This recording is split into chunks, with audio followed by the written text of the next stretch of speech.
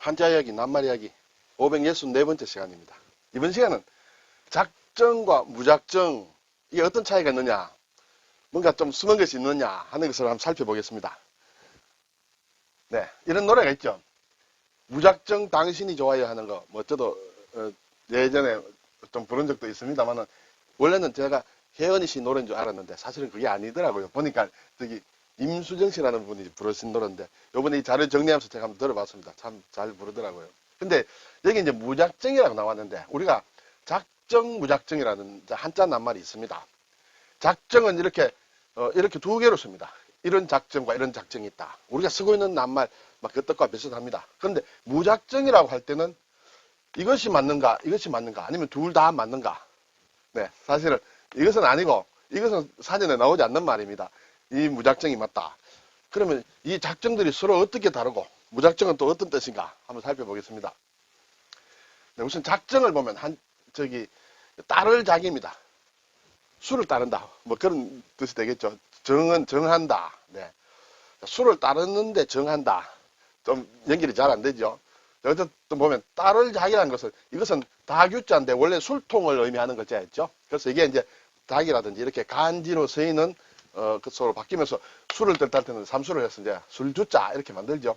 오른쪽에 이것은 국이작입니다. 국이 국자를 뜻합니다. 그래서 발음도 그대로 가지고 왔다. 결국은 술통에서 국자로 술을 퍼내서 따른다, 그런 뜻이 되겠죠. 네, 정은 이제 정한다는 뜻이에요. 무엇을 정하느냐? 가장 중요한 결정은 집을 짓는다. 집을 지을 때 방향을 어느 쪽으로 놓을 것이냐 하는 걸 정한다. 그래서 집면이 있고, 이것은 바르다. 집을 어느 쪽으로 놓는 게 좋을 거냐, 바를 것이냐, 막 그렇게 생각할 수 있겠죠. 글자 모양을 조금 바뀌어서 아래쪽에 조금 바뀌었습니다. 그렇죠. 그래서 집의 방향을 정하는 것이다. 자, 그러면 이 작정이 무슨 뜻인가 볼까요? 자, 제가 작정이 두 가지가 있다 했습니다. 여기는 지을 작입니다. 무엇을 조작을 한다, 공작을 한다, 작성을 한다 할 때 짓는다는 뜻이에요. 짓고 정한다, 그런 뜻이죠. 그리고 아까 앞에서 본 작정이라는 말이 있습니다. 두 가지 다 이렇게 낱말인데, 위에 작정은 어떤 일을 마음으로 결정하는 것이다. 그렇죠? 또는 그 결정을 얘기한다. 내가 작정을 했어. 그럴 때 결정을 했다, 결심을 했다, 속으로 정했다, 내정이다, 막 이렇게 볼 수가 있습니다. 그래서 일반적으로 쓰는 작정이다. 그런데 이 술 따를 작은 어떤 일을 짐작하여 결정한다. 짐작한다. 아, 내가 아마 이럴 것이다. 이렇게 되면 이렇게 해야 되겠다. 그런 짐작하여 결정하는 것, 뭐 그런 결정을 작정이라 한다. 그리고 또 다른 사전을 제가 보니까 일의 사정을 헤아려서 결정한다. 물론 뭐든지 결정할 때는 사정을 헤아려야 되겠지만, 이것은 뭔가 짐작을 하고 앞으로 이 일이 상황이 어떨 것인가, 그걸 미리 헤아려서 정한다는 게 작정이고, 위의 작정은 일단 어쨌든 마음으로 결정했다. 이 과정을 거칠 수도 있고 안 거칠 수도 있겠죠. 그래서 사실 좀 미묘하게 다릅니다. 그렇죠. 두 개를 구분해서 쓰라 할 때, 예문을 적으라 할 때 쉽지 않으리라 생각이 됩니다. 어쨌든 이 낱말이 두 가지가 나누어져 있다. 뭐 그것을 제가 말씀을 드리고 싶고요. 어떻게 나눠서 해야 되겠다는 것은 여러분도 한번 생각해 보시면 어떨까요? 자, 그러면 이제 무작정이라고 할 때는 이 작정을 쓴다.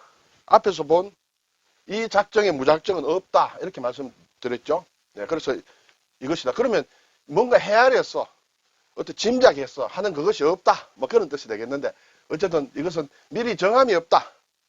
이렇게 해야 되겠다라고 미리 순서대로 이렇게 정해놓은 게 없다는 것이에요. 그리고 작정함이 없다. 네, 그렇게 되겠죠. 이 작정함이 없다.